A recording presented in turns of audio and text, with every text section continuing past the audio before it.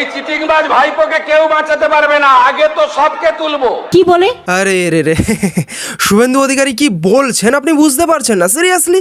আরে আপনার ভাইপো পুরো রাজ্যটাকে তো একদম ধ্বংস করে দিয়েছে। শুভেন্দু অধিকারী কেবলমাত্র জাস্ট একটা নমুনা দেখাচ্ছে এবং শোনাচ্ছে।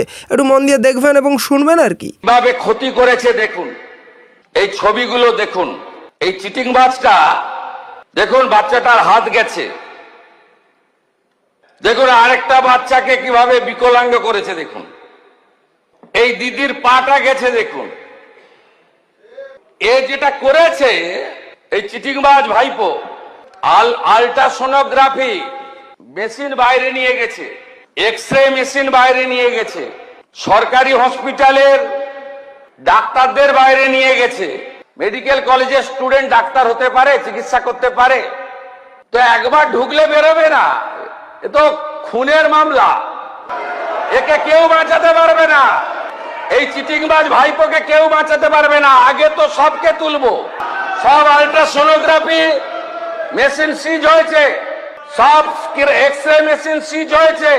দিলীপ মন্ডল তার গোডাউন থেকে এই সকল সেবাশ্রয় 25-এ ওষুধ সিজ হয়েছে, যেটা 21 সালের ওষুধ, এক্সপায়ারি ওষুধ দিয়েছে পেশেন্টদেরকে।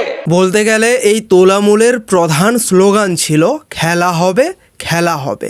আর এই খেলা হবে করে করে এরা আমার বাংলাটাকে নিয়ে সর্বাধিকভাবে খেলেছে। এরা আমার বাংলার সংস্কৃতিকে নিয়ে খেলেছে, এরা আমার বাংলার অর্থনীতিকে নিয়ে খেলেছে, এরা আমার বাংলার ডেমোগ্রাফিকে নিয়ে খেলেছে, এবং সর্বোপরি এরা আমার বাংলার মানুষ এবং মানুষদের স্বাস্থ্যের সঙ্গে ছেলে খেলা করেছে। মানুষের জীবন নিয়ে যারা ক্ষতি করেছেন এবং এই ক্যাম্পে যারা ক্ষতিগ্রস্ত হয়েছেন, তাদের প্রত্যেকটি অভিযোগকে এফআইআর হিসেবে ট্রিট করা হয়েছে। এবং আপনারা নিশ্চিন্ত থাকুন, এত বড় জঘন্য অপরাধ এই পশ্চিমবঙ্গে এই মেডিকেল ক্যাম্প নিয়ে ভাইপো করেছে, তার সাকরেতরা করেছে, তাদের একজনকেও ছাড়ার কোনো সিন নেই। সময় কথা বলবে, টাইম উইল স্পিক। আমরা আট ঘাট বেঁধে প্রস্তুতি নিয়ে সমস্ত তথ্য জোগাড় করে এভিডেন্স নিয়ে ভারতীয় ন্যায় সংহিতা অনুযায়ী কাজ করছি। যথা সময়ে বৃক্ষ তুমি কে, ফলে না পরিচয়তে। তাহলে বুঝতেই পারছেন খুব শীঘ্রই ভাইপোর হাল বেহাল হতে চলেছে। কিন্তু সেই সঙ্গে আমার এটাও মনে হচ্ছে যে পিসিমণিও সরকারি খাঁচার থেকে ছাড় পাবেন না বোধ হয়। ভাই তোমাদের কি মনে হয় একটু কমেন্ট করে জানিও তো।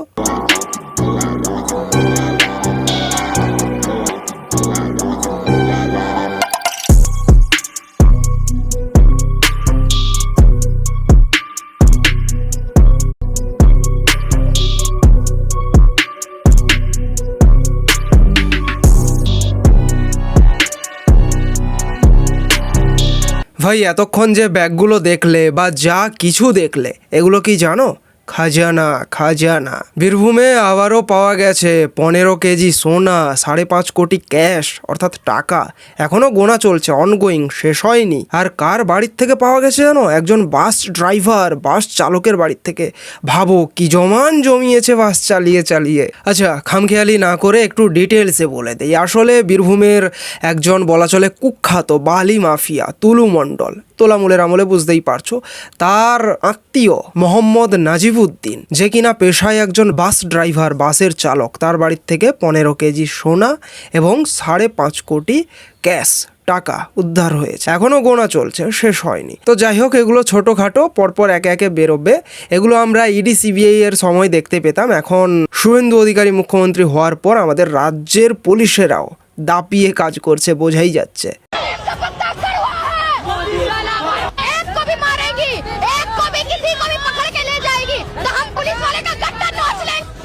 रुको जरा, सबर करो। क्या बोल रही है? अरे तू बच्चा तो बांध दे। मोबाइल दे। क्या बोल रही है? पकड़ेगा, बैग पकड़ेगा।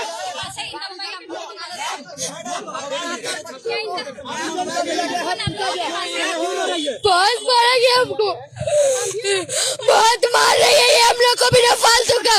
पूरा मोबाइल छीन लिया क्या? मोबाइल नहीं, तेरी कॉल कर दीजिए भैया। मारा भी गया है।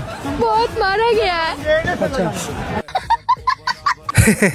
আবায় না লাইন পে তোমাদেরকে মারবে না ফুল দিয়ে পুজো করবে। তোমরা দেশের প্রধানমন্ত্রী স্বরাষ্ট্রমন্ত্রী তাদেরকে কুরুচিকর ভাষায় আক্রমণ করছো। ইভেন শুধু তাদেরকেই নয়, তাদের পরিবার তাদের মায়েদেরকে নিয়ে এরকম ভাষায় আক্রমণ করছো, এই ধরনের গালিগালাজ করেছো। তা তোমাদেরকে নিয়ে গিয়ে কি ভোজন করাবে? আর এই শিক্ষাগুলো তোমাদের পাওয়া উচিত ছিল। আমরা সিজেপিকে একটা লাস্ট ওয়ার্নিং দিচ্ছি, তোমরা কাজ করলে করো, কিন্তু যখন ভারতের নামে কোনো বাজে কথা উঠবে, যখন রাষ্ট্রের নামে কোনো বাজে কথা উঠবে, আর যখন হিন্দু ধর্ম নিয়ে কোনো বাজে কথা উঠবে, আমরাও ছাড়ি না। পেপার লিক নিয়ে ওরা শুধু ধর্মেন্দ্র প্রধান ইস্তফা দিয়েছে।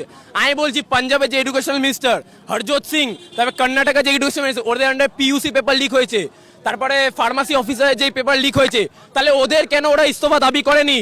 আমি যদি দাবি করি, আমি তিনজনের ইস্তফা দাবি করব। প্রধানমন্ত্রী ফার্স্ট অফ অল যেই ওইখানে বসুক, সে যে কোনো পার্টির হোক, সে একটা সিটে বসে আছে, তাকে জনতা নির্বাচিত করে ওখানে বসিয়েছে, তাকে আমার সম্মান দিতে হবে। সে প্রধানমন্ত্রী হোক বা একটা কিংবা কাউন্সিলর হোক, সবাইকে সম্মান দিতে হবে। স্টুডেন্টদের আচরণ কেমন হবে, সবাইকে আমরা সম্মান দেবো। ওরা নিজেদের কলেজের স্কুলের শিক্ষকদেরকে সম্মান দিতে পারে না, ওরা বাইরে কি করে সম্মান দেবে? ওরা পাবলিক প্রপার্টি ড্যামেজ করেছে, পুলিশদের মেরেছে এবং রিপোর্টারদের কি করেছে আপনারা তো জানেনই। দেশের পতাকা ওরা পায়ের নিচে ফেলে কুচলেছে। ককরোচকে দোষ দিয়ে হবে না, এদের মাথার ওপরে কে আছে দেখতে হবে, এদেরকে কে ব্রেন ওয়াশ করেছে দেখতে হবে।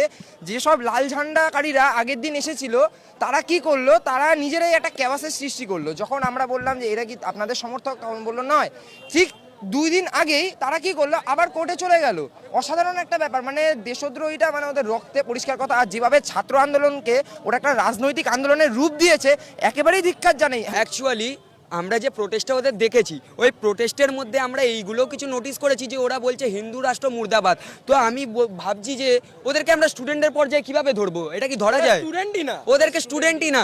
যাদের নিটি নিয়ে সমস্যা হয়েছিল, অবভিয়াসলি তারা গেছিল প্রোটেস্ট করতে, আর আমরা ফুল সাপোর্ট করছি তাদেরকে যে হ্যাঁ করো, ওরা স্টুডেন্ট। কিন্তু ওই স্টুডেন্টদের ঘাড়ে বন্দুক চালিয়ে যে এরা যেই পলিটিক্যাল গেমটা খেললো, যে আমাদের রাষ্ট্রের নামে বাজে কথা বললো, আমাদের হিন্দু ধর্ম নিয়ে বাজে কথা বললো, এটাকে আমরা মানতে চাই না, মানতে দেবো না, এটা আমরা চলতে দেবো না। হ্যাঁ ভাই, এটাই শেষ কথা যে তোমাদের প্রতিবাদ করার হলে প্রতিবাদ করো, বাট শান্তিপূর্ণ প্রতিবাদ করো।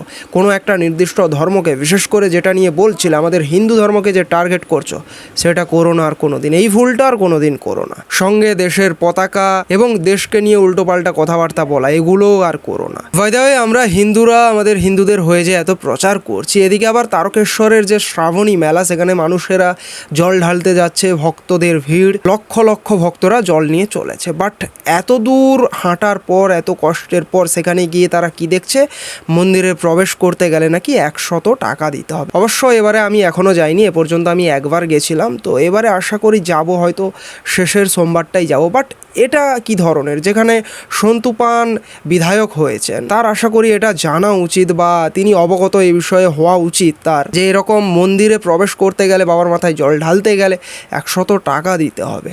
এটা কিসের সিস্টেম ভাই? এটা অবশ্যই চেঞ্জ হওয়া উচিত, কারণ এটা সরকারের বোঝা উচিত যারা জল ঢালতে চায় তারা কেউ বড় লোক নয়, সবাই গরিব। হ্যাঁ, যদি বড় লোক হতো তাহলে জল ঢালতে যেত না। তো এত কষ্ট করে যাওয়ার পর সেখানে যখন এই ধরনের সিচুয়েশন দেখে, তখন ভাই ফিলিংসটা সেটা প্রকাশ করার মতো নয়। যদিও আমি এবছর এখনও যাইনি, গেলে বুঝতে পারবো যে কি ব্যাপার স্যাপার রয়েছে। বাট সবার মুখ থেকেই একই কথা শুনছি যে মন্দিরে প্রবেশ করতে গেলে 100 লাগবে। তো যদি এমনটাই হয়, অবশ্যই চেঞ্জ হওয়া উচিত। যাই হোক, আজকের ভিডিওটা এখানেই শেষ করছি। ভিডিওটা কেমন লাগলো অবশ্যই কমেন্টের মধ্য দিয়ে জানাও। ভিডিওটাকে লাইক করো, কমেন্টস করো, শেয়ার করো অবশ্যই। আর দেখা হচ্ছে নেক্সট ভিডিওতে। জয় হিন্দ।